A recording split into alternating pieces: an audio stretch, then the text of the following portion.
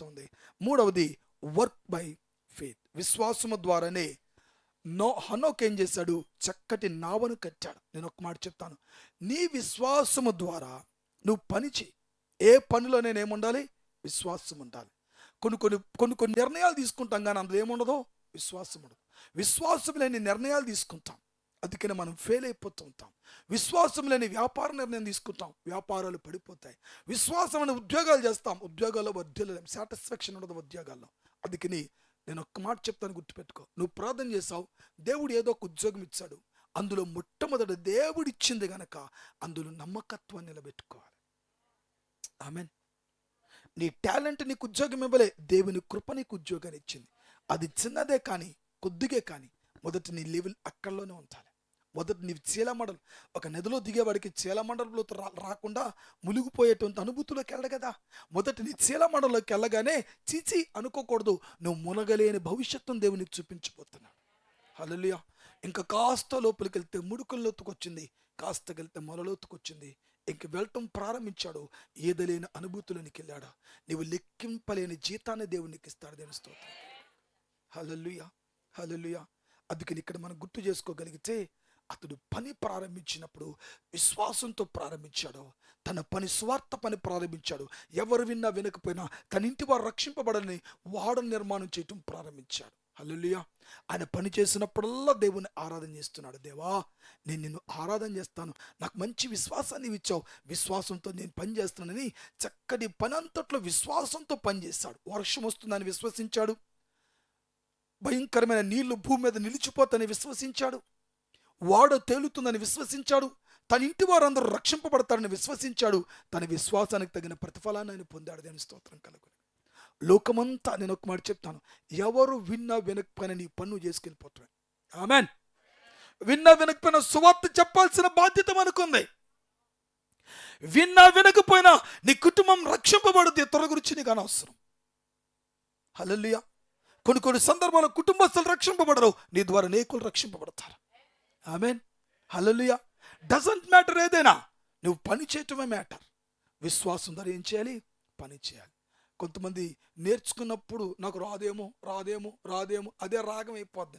రాదు రాదు రాదు, ఏది రాదు అడిగి. మీకు అర్థమైందా? కాబట్టి అవిశ్వాసంతో రాదు అనుకుంటే అది రాదు. మీకు అర్థమవుతుంది కదా. విశ్వాసంతో పని ప్రారంభించు, నీకు తపేలేం కర్మ, తబలే కొట్టేస్తావు. దేవుని స్తోత్రం కలుగునగా. నీకు అర్థమైందా? దేవుడు అంతగా ఏం చేస్తాడు? అందుకని ఏ పనిలో నేను ఏముండాలన్నా విశ్వాసం ఉండాలి.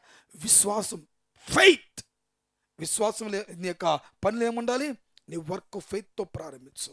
నెహెమ్యా గ్రంథం 6వ అధ్యాయము చివరిగా 15-16 వచనాలు చదువుకున్నాం. ఈ ప్రకారము ఏలూలు మాసము 25వ దినమందు, అనగా 52 దినములకు ప్రాకారమును కట్టుట సమాప్తమాయను. అయితే మా శత్రువులు ఈ సంగతి వినినప్పుడు, మా చుట్టూ నుండి అన్యజనులందరూ జరిగిన పని చూచినప్పుడు వారు బహుగా అధైర్యపడిరి. ఏలయనగా ఈ పని మా దేవుని వలన జరిగినదని వారు తెలుసుకుని. చప్పటి కూడా దేవుని కనపడద్దాం. వీళ్ళు ఎంతగా పని జరిగించారంటే వాళ్ళు శత్రువులు అధైర్యపడ్డారు. The spirit of Tobiah Sanballat, ఈ స్పిరిట్ కన్స్ట్రక్షన్ అడ్డంకగా నిలిచిపోతాయి. టోబియా సన్బల్లత్ స్పిరిట్ నీ కన్స్ట్రక్షన్కి ఆటంకంగా ఉంటుంది.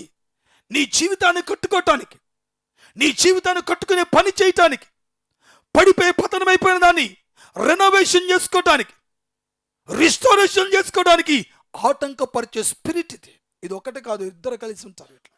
అందుకనే చాలా బలంగా ఉంటాయి. కొన్ని కుటుంబాలు ఎందుకు విడాకుల వరకు వెళ్ళిపోతాయి అంటే ఈ స్పిరిట్ కట్టుకోనివ్వకుండా చాలా బలంగా పనిచేస్తాయి. ఒకటి కాదు, రెండు కలిసి పనిచేస్తాయి. A group of spirits called Tobiah Sanballat. ఈ టోబియా సన్బల్లత్ ఆత్మ కలిగినటువంటి వారు అధైర్యపడ్డారట. విశ్వాసంతో పనిచేస్తే నీ ఇరుగు పొరుగు వారు అధైర్యం కలుగుతాయి. నువ్వు విశ్వాసంతో చేసే చిన్న పనేనా, నువ్వు ఎలా దీవింపబడుతున్నా వాళ్ళకి అధైర్యం కలుగుతాయి. ఒకసారి నతానేలు గారి దగ్గరికి వెళ్తే ఆయన చేసే ఒక చిన్న పని అనేక మందిని అధైర్యపరుస్తుంది. దాని గురించి నేను సాక్ష్యం ఇవ్వగలను. ఆయన చేసే చిన్న పని అక్కడ కూర్చొని చిన్న పని చేసుకుంటే అక్కడ ఉన్న వాళ్ళందరికీ అధైర్యం కలుగుద్ది. ఎందుకంటే హడావుడి చేయడు, హంగామా చేయడు, ఎక్కడ అరవడు, కదలడు, మెదలడు. ఈయన చూడగానే వాళ్ళకి ఒక వింతగా అనిపిస్తుంది. ఈయన చేసే పని ఆ చూచే వారికి ఒక అధైర్యాన్ని పుట్టిస్తుంది. ఎందుకో తెలుసా? అది యెహోవా వల్ల జరిగిన పని అనే వాళ్ళకి అర్థమవుతాయి. ఆమేన్, హల్లెలూయా. ఈరోజు నువ్వు చేసే ప్రతి పని నీ దేవుడే జరిగిస్తున్నాడు అనేటువంటి విశ్వాసం వాళ్ళకి కలగాలి. ఆమేన్, హల్లెలూయా. వాళ్ళు నిన్ను చూచి అధైర్యపడతారు. ఇక నీతో ఏమాత్రం కూడా శాపనార్థమైన మాటలు మాట్లాడటానికి ఇష్టపడరు. Work by faith. విశ్వాసం ద్వారా నువ్వేం చేయాలి? పని చేయి. ఈ రోజు నుంచి 3 అనుభూతుల్లోకి వెళ్ళిపోండి. విశ్వాసం ద్వారా ఆరాధన చేయండి, విశ్వాసం ద్వారా నడవండి, విశ్వాసం ద్వారా పని చేయండి. హల్లెలూయా. విశ్వాసం ద్వారా ఏ పనైనా, మీరు వంట చేసేటప్పుడు విశ్వాసంతో పని చేయండి, విశ్వాసంతో చేయండి, రుచికరంగా ఉంటుంది. మీరు ఏదైనా పని చేసేటప్పుడు విశ్వాసంతో చేయండి, అద్భుతంగా ఉంటుంది. ఒక డ్రాఫ్ట్ రాసేటప్పుడు విశ్వాసంతో రాయండి, ఒక అధికారితో మాట్లాడేటప్పుడు విశ్వాసంతో మాట్లాడండి, అద్భుతం జరుగుద్ది. నువ్వు నడిచి వెళ్తుండగానే విశ్వాసంతో నువ్వు నడవాలి. హల్లెలూయా. దేవుని ఆరాధన చేసేటువంటి ఆ విశ్వాసము ఈరోజు నీ పనిని సక్సెస్ఫుల్గా ముగించేటట్టు చేస్తుంది. అందుకని faith matter, faith matter. Worship, walk and work by faith. విశ్వాసము ద్వారా ఆరాధించు, నడువు, పని జరిగించు. దేవుడిని అద్భుతంగా దీవించడం ప్రారంభిస్తాడు. అలాగనే దేవుడి మాటలు దీవించునుగాక.